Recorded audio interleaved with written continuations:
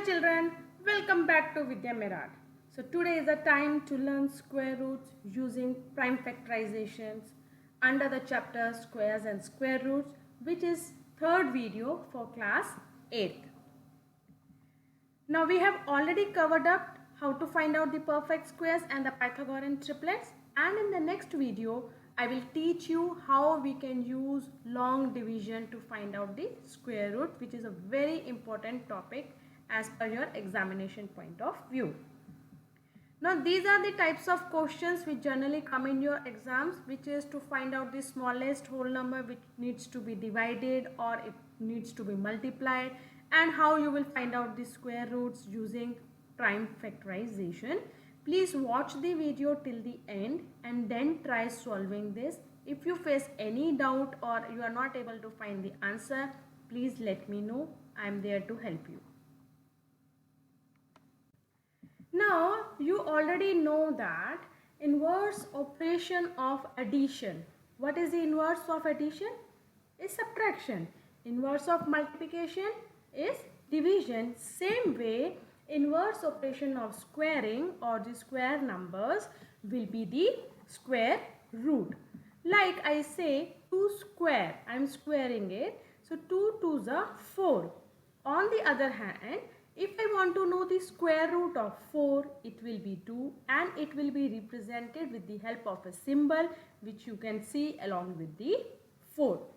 So if you see, when you square it, smaller number becomes the bigger number, okay? 2 is a smaller number, it will reach to a bigger number 4.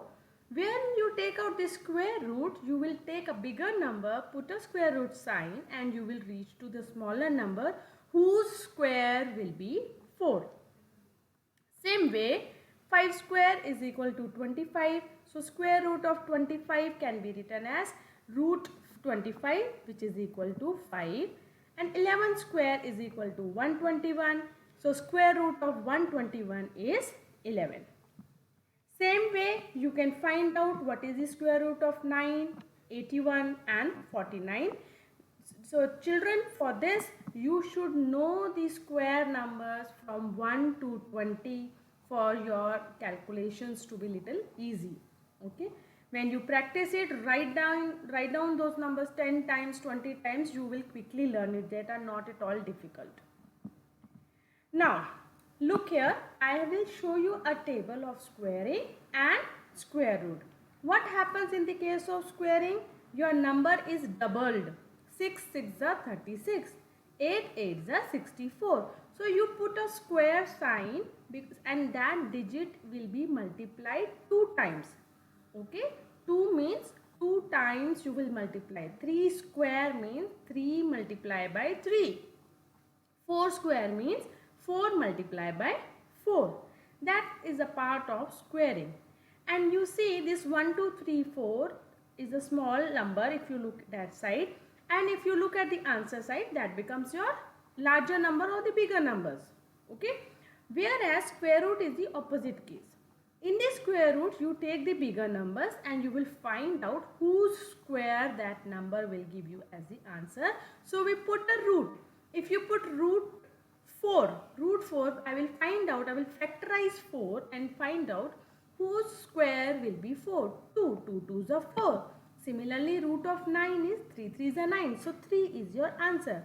So smaller to bigger is your squaring and bigger to smaller becomes your square root.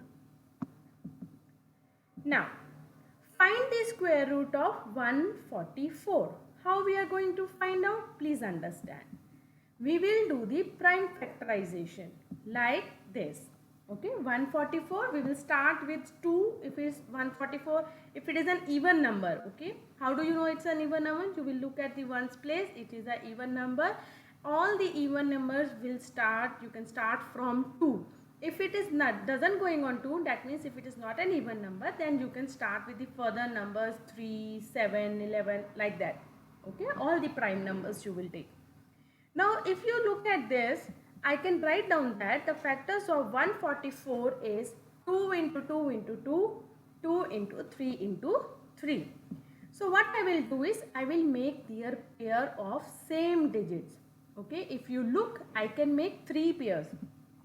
Okay, numbers should not repeat, you should not overlap the other number. That is why if you look at the table, I have put a bracket there to show that these are the three different pairs. Now what you will do is you will take out one common from there.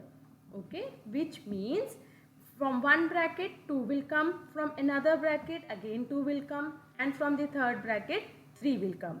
So square root of 144 will be 2 into 2 into 3, which is 12. And if you want to cross check, what is 12 into 12? Calculate, you can multiply on the right hand side in the rough part, or you should know the squares of the numbers so you can easily find out. Okay, now let's find out the square root of 32. Using the prime factorization, it goes on to all are even numbers. So what I will do is I will make the pairs of the same digit. But if you look here, 1, 2 is single. It is not in pair. So it means that 32 doesn't have any square root. It is not the perfect square of any number because the pair is incomplete. So I will write it as 32 is not a perfect square, or if I want to write it in a square root form, it will become 4 root 2. Okay, which is not the right option. Now let's find out the square root of 256. Now if you look at 6, it's an even number, so I can start with 2 easily. So it is a very long factorization if you see. Now I want to find out the factors, make their group. You can easily make the group, all are complete. Okay, so how many 2's you can take out? 4 2's, 2 into 2 into 2 into 2. So what does it mean? Your square root of 256 is 16. You will take out one common from each pair, and it is possible only when your pair is complete. Now here you have 4 pairs. From 4 you will take out one common. So square root of 256 is 16. Or the other hand side, you can think it in your mind, what is 16 into 16? You should get that answer as 256. That is your check method. Now, next is, what is the smallest whole number which needs to be multiplied by 252 to get a perfect square? It means 252 is not a perfect square. In order to make it perfect square, I need to identify the smallest number with which I should multiply this. Okay, so let us understand how we need to do this. We will find out the prime factors. Now if you look into this, there is a pair of 2, there is a pair of 3, but there is one 7 also which is left alone. So we can say that 7 is the smallest number which needs to be multiplied. Why? Because I need 2 7. So I cannot individually do on the one hand side. Both the places I will multiply. Now look, this is the actual situation. I have written as 7 does not have pairs, so it should be multiplied on both the sides. That means 252 will be multiplied by 7 and the right hand side will also come 7. If you see, now all the 3 are in pairs.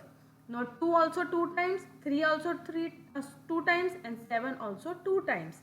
But 252 will also be multiplied by 7, which comes to 1764. So the square root of 1764 is 2 into 3 into 7, which gives you 42. So 42, when you square it, you will get 164, and your smallest number which needs to be multiplied is 7. But see that children, you need to multiply both these sides, left hand side also, right hand side also. Okay, and then at the last, because it is asked to find out the square root, we have written it in a square root form. That answer is 42. Now next question is, again I have taken 252 only, the same number, but now the change is by which number it should be divided to get the perfect square. Same way I will do. I know 7 was having no pair, So what I will do is I will divide both the sides by 7. 252 will be also divided by 7, and the other right hand side all the factors will also be divided by 7. When we do this, we get 36 is equal to 2 into 2 and 3 into 3, because 7 and 7 will get cancelled, and so I am left with 2 pairs. So I know square root of 36 will be 2 into 3, which is 6, and 6 into 6 is 36. I can check my answer. So this is the way how you do find out your smallest number which needs to be multiplied and which needs to be divided. I hope you have understood this concept. This was very simple and easy. So please practice it and also do the assignment based on it. Thank you so much for watching my video till the end, and in the next video I will explain you how we can find out using the long division, because when the number is big it is difficult to do prime factorization. With the long division it becomes short and simple and easy. See you next time.